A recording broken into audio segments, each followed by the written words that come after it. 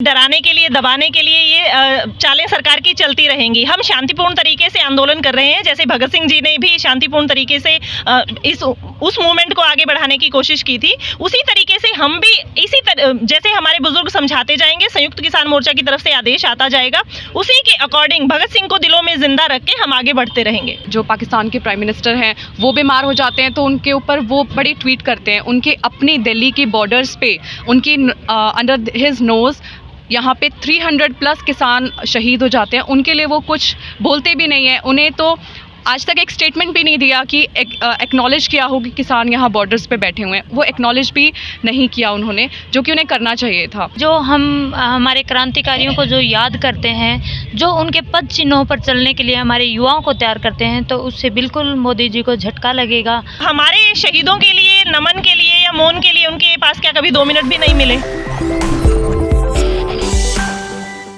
नमस्कार, आप देख रहे हैं दी कंटाप। मैं हूं प्रफुल्ल।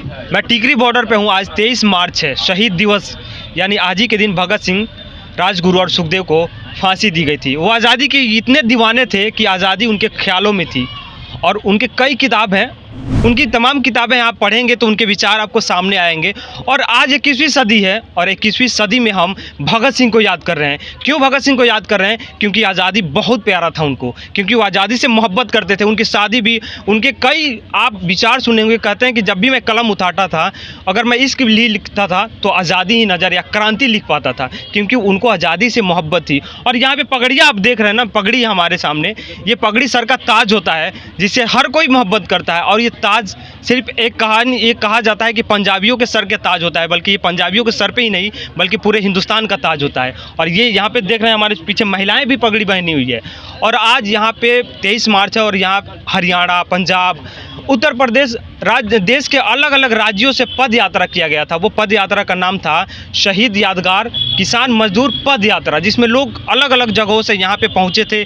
यहाँ पे किसान लगभग 300 के आसपास मौत को चूम चुके हैं, यानी अपने कई लोगों ने फांसी के फंदे से लटक गए, क्योंकि वो मरते मरते भी यही संदेश दे के गए कि मोदी जी हमारी कहा सुन लो कि हम यहाँ से चले जाएं। और जो ये संदेश ये भी दे के गए कि जो लोग यहाँ पे संघर्ष कर रहे हैं वो उस वक्त तक लड़े जब तक सरकार न झुक जाए। तो खैर आज इन्हीं लोगों से बात करेंगे कि आज भगत सिंह कितने कारगर हैं, क्या वो उनकी आज़ादी में और आज की आज़ादी में, क्योंकि हम 70 साल हो गए आज़ाद भारत में जीते हैं। अंग्रेज़ों का शासन नहीं है बल्कि हमारे ही देश के, हमारे ही लोगों का शासन है। उसमें भी हम आज़ादी के नारे लगाते सड़कों पे नज़र आते हैं।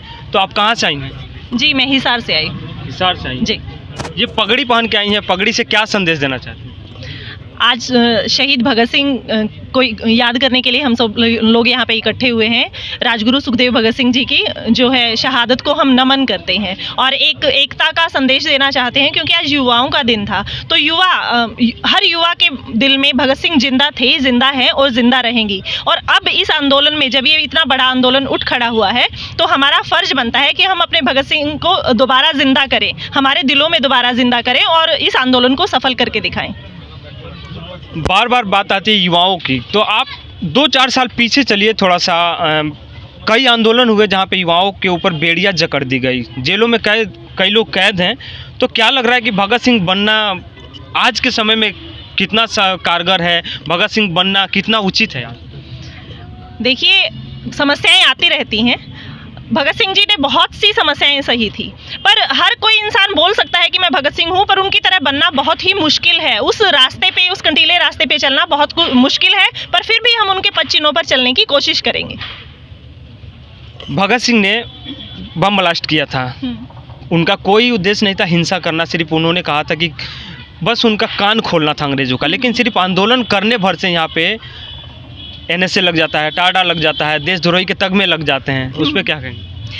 देखिए, ये सब चीज़ें तो चलती रहेंगी। डराने के लिए, दबाने के लिए ये चालें सरकार की चलती रहेंगी। हम शांतिपूर्ण तरीके से आंदोलन कर रहे हैं, जैसे भगत सिंह जी ने भी शांतिपूर्ण तरीके से उस मूवमेंट को आगे बढ़ाने की कोशिश की थी। उसी तरीके से हम भी जैसे हमारे बुजुर्ग समझाते जाएंगे, संयुक्त किसान मोर्चा की तरफ से आदेश आता जाएगा, उसी के अकॉर्डिंग भगत सिंह को दिलों में जिंदा रख के हम आगे बढ़ते रहेंगे। शहीद दिवस है और बड़े मान सम्मान से आज पूरे देश में मनाया जा रहा होगा। भगत सिंह को याद किया जा रहा होगा क्योंकि सबसे क्रांतिकारी और युवा क्रांतिकारी थे। लेकिन यहाँ पे किसान आंदोलन कर रहे हैं, यहाँ पे भी कुछ लोग शहीद हुए थे, 300 लोग, मैं पहले भी बोल चुका हूँ, 300 लोग लगभग शहीद हो चुके हैं। उन शहीदों के लिए हमारे देश के प्रधानमंत्री का एक ट्वीट तक नहीं आता है। तो क्या लग रहा है कि जब उन शहीदों के याद में भी यहाँ पे शहीदी दिवस मनाया जा रहा है, तो क्या लग रहा है कि ये शहीदी दिवस मोदी जी पे कुछ प्रभाव डाल पाएगा? बिल्कुल डाल पाएगा, क्योंकि जो हम हमारे क्रांतिकारियों को जो याद करते हैं, जो उनके पद चिन्हों पर चलने के लिए हमारे युवाओं को तैयार करते हैं, तो उससे बिल्कुल मोदी जी को झटका लगेगा। और जो मोदी जी ट्वीट करता है वो तो एक उनके अंदर शायद मुझे लगता है कि ज़्यादा समझदारी का काम नहीं है, वो ज़्यादा समझदारी का काम नहीं कर रहे। पाकिस्तान के प्रधानमंत्री के लिए एक ट्वीट जाता है कि कोविड से वो इन्फेक्टेड हुए हैं, कोविड पॉजिटिव हैं, तो कि गेट वेल सुन। तो हमारे शहीदों के लिए, नमन के लिए या मौन के लिए उनके पास क्या कभी 2 मिनट भी नहीं मिले?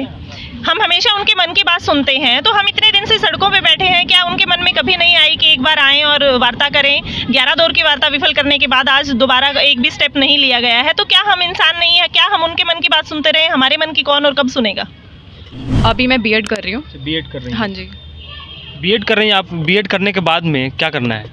टीचिंग में जाना है, गवर्नमेंट या प्राइवेट? Obviously government. बट रोजगार को लेके चल रही है बार बार चीज़ें सरकार से, मतलब युवा जो है ट्रेंड करते हैं ट्विटर पे कि मोदी जी रोजगार दो, लेकिन सरकार हमेशा तर्क देती है कि युवाओं के पास हुनर ही नहीं है कि रोजगार ले। तो क्या ये सही है?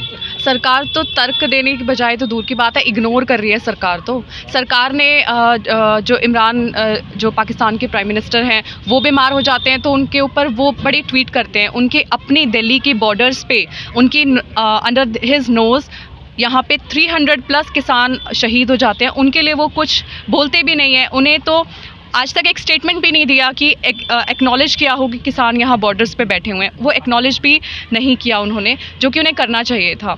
रोज़गार की बात हो, वो जो मेन इश्यूज़ हैं वो तो इग्नोर कर रहे हैं, वो तो एक्नॉलेज ही नहीं करना चाह रहे हैं कि इश्यूज़ हैं भी या नहीं है।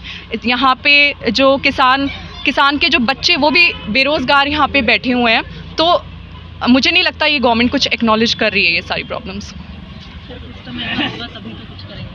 दिल्ली सरकार और केंद्र सरकार में हमेशा टकराव के माहौल रहते हैं। अभी भी केंद्र सरकार ने एक बिल पास किया है जिसमें दिल्ली के सारे अथॉरिटी कहीं ना कहीं राज्यपाल को दे दिया गया है। तो ये जो सेंट्रल गवर्नमेंट कर रही है वो कैसे है?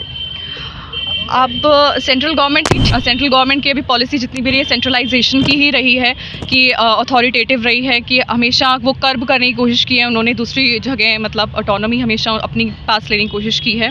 तो जैसे हमारा जो इलेक्टेड गवर्नमेंट थी, जैसे दिल्ली में 63 में भी उतने इलेक्टेड वहाँ से लोग थे, लेकिन वो एक्सरसाइज नहीं कर पा रहे हैं मतलब अपने राइट्स। जैसे हर बार राज्यपाल बीच में आ जाते हैं, गवर्नर आ जाते हैं, लेफ्टिनेंट गवर्नर बीच में आ जाते हैं कि नहीं ऐसे नहीं, ऐसे होना चाहिए। तो जैसे रवीश कुमार जी ने भी कहा था कि दिल्ली के पीछे दिल्ली, दिल्ली के आगे दिल्ली, तो हाँ जी, तो वैसा ही काम हो रहा है। तो काम नहीं हो रहा, कुछ लड़ाइयाँ हो रही हैं, बस दैट्स इट। आज कई मुद्दों पे बात करेंगे क्योंकि हमारे पीछे महिलाएं भी हैं, और बेटी बचाओ बेटी पढ़ाओ के नारे आपने बहुत ज़ोर शोर से सुना था कि बेटी बचाओ और बेटी पढ़ाओ।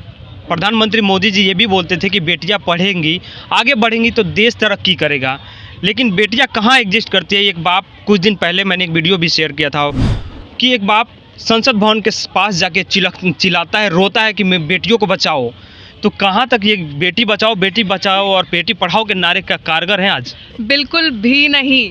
जो विधायक हैं उन्हें पढ़ाओ पहले, तो बेटियां बाद में आप पढ़ाना और बचाने की दूर की बात है। हाथरस में जैसे हुआ वहाँ पे राइट टू डेथ भी उस लड़की को बिल्कुल नहीं दिया गया। इवन गवर्नमेंट की तरफ से जैसे उसे रातों रात जैसे बिना डिसरिस्पेक्टफुली जैसे हिंदू धर्म फॉलो ना करते हुए जैसे गवर्नमेंट कर रही है कि हिंदू का इन्होंने नाम लिया हुआ है, एक टैगलाइन ली हुई है हिंदू, बट इन्होंने हिंदू धर्म ना फॉलो करते हुए उस लड़की को रात को ही उसी की चिता जला दी, उसकी फैमिली मेम्बर्स तक को उसके पास नहीं आने दिया। तो ये मुझे नहीं लगता बेटी बचाओ या बेटी पढ़ाओ, इनफैक्ट बेटी जलाओ हो रहा है यहाँ पे।